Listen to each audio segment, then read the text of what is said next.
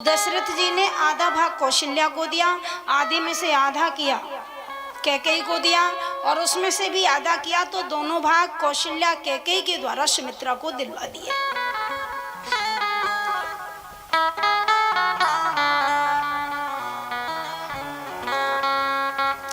अर्ध भाग कौशल्या ही दीना, उभय भाग आधे करके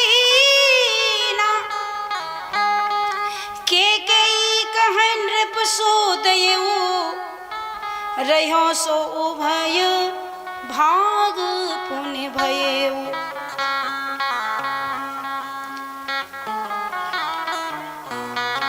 सबने लिया प्रसाद, रानियों ने प्रसाद लिया। अब देखो कितना, यहाँ तुलसीदास जी बड़ा सुंदर वर्णन करते हैं कि जैसे रानियों ने प्रसाद लिया, जा दिन ते हरि गर्भ आए, सकल लोक सुख संपत्ति छाए, मंदिर मह सब राज ही रानी, शोभाशील तेज की खानी। शोभाशील तेज, ध्यान देना, इसमें जो कौशल्या है वो शील है, और जो सुमित्रा है वो सुंदरता है, और जो कैकेयी है वो तेज है, उसको क्रोध है, थोड़ी गर्म मिजाज की है कैकेयी।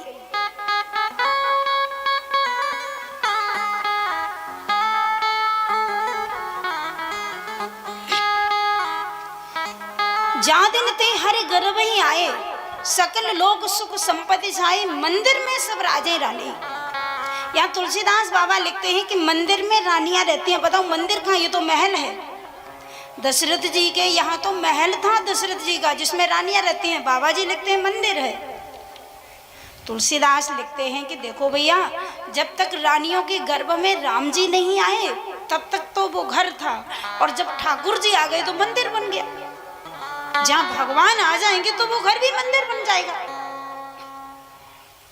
तो मंदिर में सब राज ही रानी, शोभाशील तेज की खानी। और बड़ा सुंदर अवसर, यही अवसर था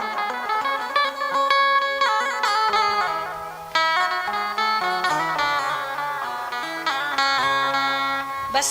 आपको पता है कल रामनवमी है और हमें चूंकि पूरी कथा करनी है, तो यही महीना चैत्र मास का शुक्ल पक्ष राम जी के जन्म का जो अवसर है बड़ा सुंदर है। नौमी तिथि मधुमास पुनीता, शुक्ल पक्ष अभिजित हरिप्रीता, चैत का महीना शुक्ल पक्ष नौमी तिथि मंगलवार, दिन के ठीक 12 बजे राम जी प्रकट होते हैं। एक बात कहूं, भगवान ठीक 12 बजे प्रकट होते हैं, चाहे वो दिन के 12 बजे हो चाहे वो रात के 12 बजे हो। 12 बजे क्यों आते हैं? ये जो दिन के 12 बजे, ये बड़े खतरनाक समय है, ध्यान देना। जिसको वासना की भूख मिटानी है वह राम जी का चिंतन करे। 12 बजे आदमी को भूख बहुत लगती है, 12 बजे तो भूख लग जाती है। और 12 बजे किसी को निमंत्रण दे दो, उसके सामने थाली परस के रख दो, 56 व्यंजन रख दो, उसके बाद थाली खिसका लो, बोलो भैया आज नहीं कल है तुम्हारा न्योता, कल खाना, तो कितना गुस्सा आएगा उसको। ठीक 12 बज रहे हो, थाली छीन रहा है। तो जो दिन के 12 बजते हैं ये भी बड़े खतरनाक हैं। इस समय विषयों की, वासना की भूख जीव के ऊपर आक्रमण करती है। यदि इस वासना को जीतना है तो राम जी का चिंतन करना है। 12 बजे प्रभु श्री राम प्रकट हुए और कृष्ण रात के 12 बजे। रात के 12 बजे का समय भी बड़ा खतरनाक है।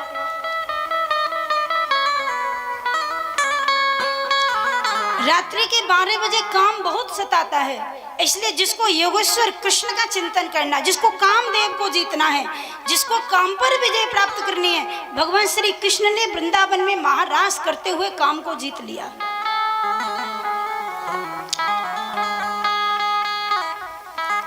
तो जिसे काम पर विजय पानी है वो रात के ठीक 12 बजे कृष्ण का चिंतन करे।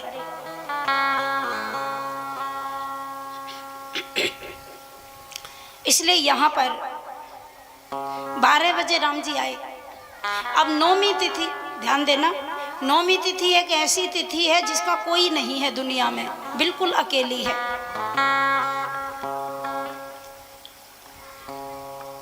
पड़वा जो है वो माता जी की है, पड़वा माता रानी की है कि नहीं है। और जो दौज है वो भी है, भैया दौज है, आश दौज है। जो तीज है वो भी है, अख तीज है। चौथ है वो गणेश चतुर्थी है। पंचमी है वो ऋष पंचमी है। छठ है वो बलदेव षष्ठी है। सप्तमी है वो शीतला माता की तिथि है। अष्टमी है वो दुर्गा जी की तिथि है। लेकिन नौमी का कोई नहीं है। एकादशी विष्णु भगवान की है और दशमी, एकादशी, द्वादशी, ये सब तिथियां किसी न किसी देवता की हैं। त्रयोदशी भगवान शंकर जी की है, पूर्णमासी चंद्रमा की है। लेकिन जो नौमी तिथि इसका कोई नहीं है। तो जब राम जी आने के लिए तैयार हुए तो जो नौमी तिथि ना, वो नौमी तिथि एक कोने में खड़ी खड़ी रो रही थी। राम जी ने पूछा तुम क्यों रो रही हो? तो उसने कहा कि मेरा कोई नहीं, मुझे कोई स्वीकार ही नहीं करता, मैं रिक्ता तिथि हूं, इसलिए मुझे लोग अशुभ मानते हैं, मुझे कोई महत्व ही नहीं देता, मुझे कोई ग्रहण ही नहीं करता।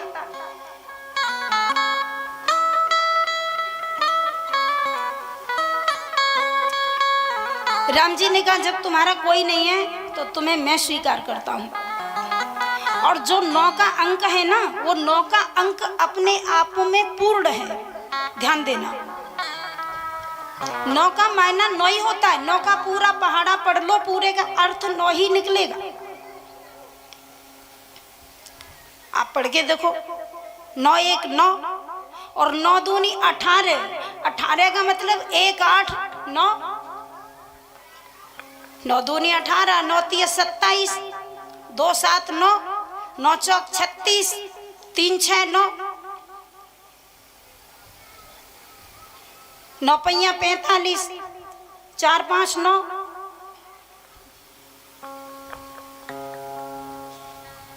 9 छिक्का 54, 5 4 9, 9 7 63, 6 3 9, 9 8 72, 7 2 9,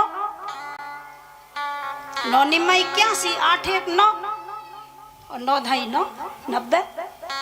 अब वो जीरो लग गया तो जीरो तो पीछे लगा है, कितना ही बड़ा हो सकता है, कितना ही बड़ा रूप ले सकता है। इसलिए भगवान श्री राम ने कहा कि तुम्हें मैं स्वीकार करता हूं।